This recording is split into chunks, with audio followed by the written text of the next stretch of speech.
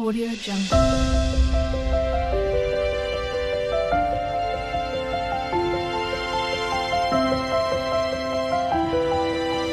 Audio Jungle. ಎಲ್ರಿಗೂ ಪ್ರೇಮ ವಿಲಾಗ್ಗೆ ಸ್ವಾಗತ. ನೋಡಿ, ಇವತ್ತು ನಾವು ಅಕ್ಕಿ ರೊಟ್ಟಿ ಮಾಡೋಣ. 1 ಕಪ್ ಅಕ್ಕಿ ಹಿಟ್ಟು, ಒಂದು ಸ್ವಲ್ಪ ಉಪ್ಪು, ನೋಡಿ ಒಂದು ಸ್ವಲ್ಪ ಅನ್ನ, ಒಂದು ಬಟ್ಲು ಅನ್ನ. ನೋಡಿ ಇಷ್ಟು ಇದ್ದರೆ ನಾವು ಬೆಳಗಿನ ತಿಂಡಿ ಮಾಡ್ಬೋದು. ನೋಡಿ ಇದನ್ನು ಚೆನ್ನಾಗಿ ನಾದ್ಕೋಬೇಕು. ಅಕ್ಕಿ ಅನ್ನನ ಚೆನ್ನಾಗಿ ಕೈಯಲ್ಲಿ, ಕೆಲವೊಬ್ಬರು ಮಿಕ್ಸಿಗೆ ಹಾಕ್ತಾರೆ, ನಾನು ಮಿಕ್ಸಿಗೆ ಹಾಕ್ತಾಯಿಲ್ಲ, ಕೈಯಲ್ಲೇ ನಾದ್ಬಿಟ್ಟು. ನೋಡಿ 1 ಕಪ್ಪು ಅನ್ನ, 1 ಕಪ್ಪು ಅಕ್ಕಿ ಹಿಟ್ಟು, ಸ್ವಲ್ಪ ಉಪ್ಪು ಇದ್ದರೆ ಬೆಳಗ್ಗೆ ತಿಂಡಿ ರೆಡಿ. ನೋಡಿ ಸ್ವಲ್ಪ ನೀರು ಹಾಕೋಣ. ನೀರು ಹಾಕಿ ಚೆನ್ನಾಗಿ ಒಂಚೂರು ಕಲಸೋಣ ಅನ್ನನ. ನೀವು ರೇಷನ್ ಅಕ್ಕಿ ಹಾಕಿದ್ರೆ ಇನ್ನೂ ಚೆನ್ನಾಗಿ ಮೆತ್ತಗಾಗುತ್ತೆ. ಇದು ಊಟದ ಅನ್ನದಿಂದ ಗಟ್ಟಿ ಇದೆ ಅನ್ನ, ಊಟದ ಅಕ್ಕಿ ಹಾಕಿರೋದ್ರಿಂದ.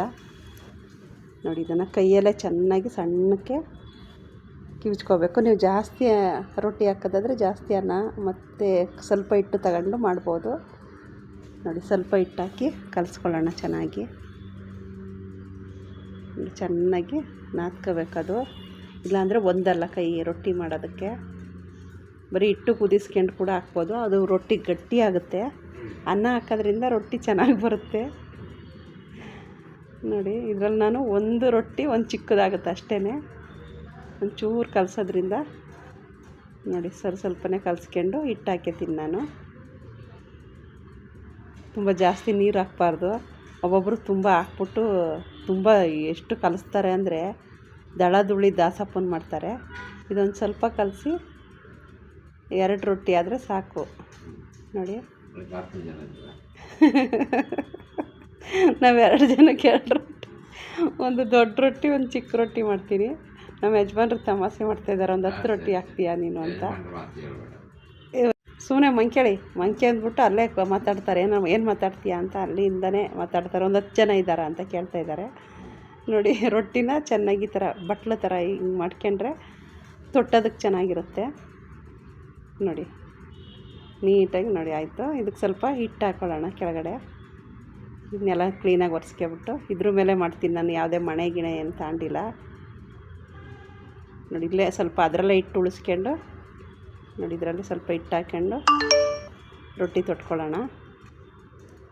ನೋಡಿ ಚೆನ್ನಾಗಿ ತೆಳುವಾಗಿ ತೊಟ್ಬೋದು ರೊಟ್ಟಿನ. ನೋಡಿ ತೆಳುವಿಗೆ ಸ್ವಲ್ಪ ಕೈಗೆ ನೀರು ಹೆಚ್ಕೊಂಡು ರೊಟ್ಟಿ ತೊಟ್ಕೊಳ್ಳೋಣ.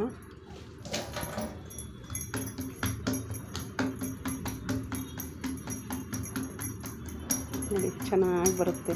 ನೀಟಾಗಿ ಸೈಡಿಗೆ ಒಂದು ಕೈ ಕೊಟ್ಕೊಂಡು ಈ ಥರ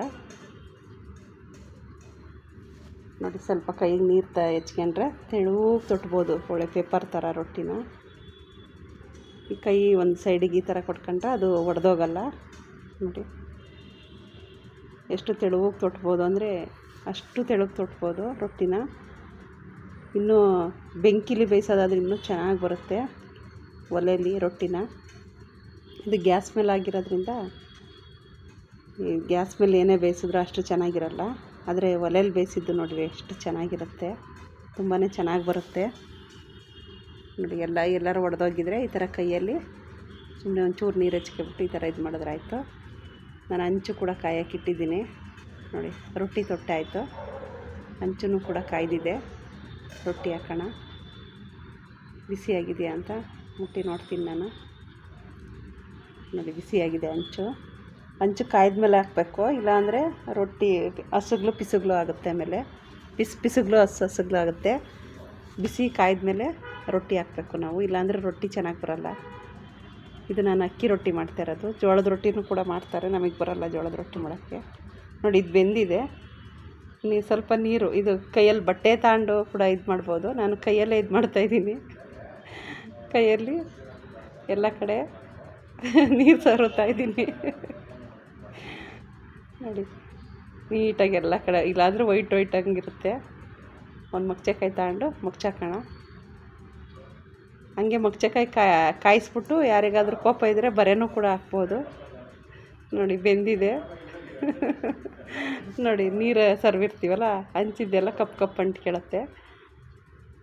ನೋಡಿ ಎಲ್ಲ ನೀಟಾಗಿ ಒಂದು ಬಟ್ಟೆ ತಗೊಂಡು ನೋಡಿ ಈ ಥರ ಬಟ್ಟೆ ಇಟ್ಕೊಂಡ್ರೆ ಊದ್ಕೊಂಡು ಬರುತ್ತೆ, ಚೆನ್ನಾಗಿ ಬೇಯುತ್ತೆ ರೊಟ್ಟಿ. ಇಲ್ಲಿ ಕೆಂಡ ಇಲ್ವಲ್ಲ ಬೇಯಿಸೋದಕ್ಕೆ, ಅದಕ್ಕೋಸ್ಕರ ಈ ಥರ ಬಟ್ಟೆ ಇಟ್ಕೊಂಡು ಇದು ಮಾಡಿದ್ರಾಯ್ತು. ಇಲ್ಲಾಂದರೆ ಕೆಂಡದಲ್ಲಿ ಬೇಯಿಸಿದ್ರೆ ನೋಡಿ ಎಷ್ಟು ಊದ್ಕೆಂದು ಬರುತ್ತೆ, ಎಷ್ಟು ಚೆನ್ನಾಗಿರುತ್ತೆ ಅಕ್ಕಿ ರೊಟ್ಟಿ, ತುಂಬಾ ಚೆನ್ನಾಗಿರುತ್ತೆ ನೋಡಿ. ಇದ್ರ ಜೊತೆ ಚಿಕನ್ ಸಾರು ಇಲ್ಲ ಕಾಯಿ ಚಟ್ನಿ ಪುಡಿ ಯಾವುದ್ರಲ್ಲಾದರೂ ತಿನ್ಬೋದು, ಚೆನ್ನಾಗಿರುತ್ತೆ ಅಕ್ಕಿ ರೊಟ್ಟಿ. ಬಿಸಿ ಬಿಸಿ ಇರುವಾಗಲೇ ತಿನ್ನಬೇಕು, ಚೆನ್ನಾಗಿರುತ್ತೆ ಅಕ್ಕಿ ರೊಟ್ಟಿ. ನಮ್ಮೂರ ಕಡೆ ಎಲ್ಲ 3-4 ರೊಟ್ಟಿ ತಿಂತಾಯಿದ್ರು ಅವಾಗ ಕೆಲ್ಸಕ್ಕೆ ಹೋಗೋರೆಲ್ಲ. ಇವಾಗ ಅಷ್ಟೊಂದು ಯಾರು ತಿಂತಾರೆ ಹೇಳ್ರಿ. ಅವಾಗ ಅಕ್ಕಿ ರೊಟ್ಟಿನೇ ಇಲ್ಲ ಗತಿ. ಇದು ರಾಗಿ ರೊಟ್ಟಿ ಬೇಕಾದ್ರೆ ಎಷ್ಟಾದ್ರು ತಿನ್ಬೋದಿತ್ತು. ನೋಡಿ ರೆಡಿ ಆಯಿತು. ನಮ್ಮನೆ ಪಕ್ಕದ ಮನೇಲಿ ಅಕ್ಕಿ ರೊಟ್ಟಿ ಹಾಕ್ತಿದ್ರು, ಅಯ್ಯೋ ಕೊಟ್ಟರೆ ಸಾಕಲ್ಲ ಅಂತಿದೆ. ನೋಡಿ ಒಂದು ಚಿಕ್ಕ ರೊಟ್ಟಿನೂ ಆಯಿತು, ಅದನ್ನು ಕೂಡ ನಾನು ಹಾಕ್ತಾಯಿದ್ದೀನಿ ನೋಡಿ. ಅದು ಬೆಂದಿದೆ, ಅದನ್ನು ಕೈಯಲ್ಲೇ ಹಂಗೆ ಉಲ್ಟಾ ಮಾಡ್ತೀನಿ ನೋಡಿ. ರೊಟ್ಟಿ ಎಲ್ಲ ರೆಡಿ ಆಯಿತು. ಬೆಳಗ್ಗೆ ಎಷ್ಟು ಬೇಗ ಒಂದು 10 ನಿಮಿಷದಲ್ಲಿ ಒಂದು ಬಟ್ಲಕ್ಕಿ ಹಿಟ್ಟೆಲ್ಲ ಇದ್ದರೆ ಬೇಗ ಮಾಡ್ಕೋಬೋದು ನೋಡಿ. ರೆಡಿ ಆಯಿತು.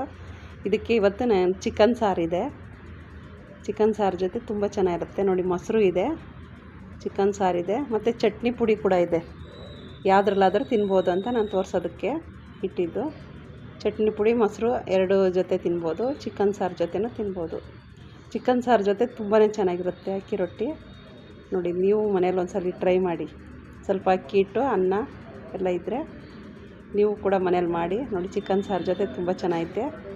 ನಾನು ಚಟ್ನಿ ಪುಡಿ ಜೊತೆನೂ ಕೂಡ ತಿಂದು ತೋರಿಸ್ತೀನಿ. ನಿಮಗೆ ಫೋನಲ್ಲಿ ತಿನ್ನೋಕ್ಕಾಗಲ್ವಲ್ಲ, ಅದಕ್ಕೆ ನಾನೇ ತಿಂದ್ಬಿಟ್ಟು ತೋರಿಸ್ತೀನಿ ನೋಡಿ. ಚಟ್ನಿ ಪುಡಿ ಸ್ವಲ್ಪ ಮೊಸರು 2 ಮಿಕ್ಸ್ ಮಾಡ್ಕೋಬೇಕು, ತುಂಬಾ ಚೆನ್ನಾಗಿರುತ್ತೆ ನೋಡಿ. ತಿಂಡಿ ಕೂಡ ರೆಡಿ ಆಯಿತು ಬೆಳಗ್ಗೆ. ಅದು ನಾನೆಲ್ಲ ತಿಂದು ಮುಗಿಸ್ತೀನಿ. ಈ ವಿಡಿಯೋ ಫುಲ್ ನೋಡಿ ಹೇಗಿತ್ತು ಅಂತ ತಿಳಿಸ್ರಿ ನೋಡಿ. ನೀವು ಚಿಕನ್ ಸಾರಲ್ಲಾದರೂ ತಿನ್ಬೋದು, ಚಟ್ನಿ ಪುಡಿಲಾದರೂ ತಿನ್ಬೋದು. ಎಲ್ಲರೂ ಫುಲ್ ವಿಡಿಯೋ ವಾಚ್ ಮಾಡಿ ಹೇಗಿತ್ತು ಅಂತ ಕಮೆಂಟಲ್ಲಿ ತಿಳಿಸ್ರಿ. ಎಲ್ರಿಗೂ ಬಾಯ್.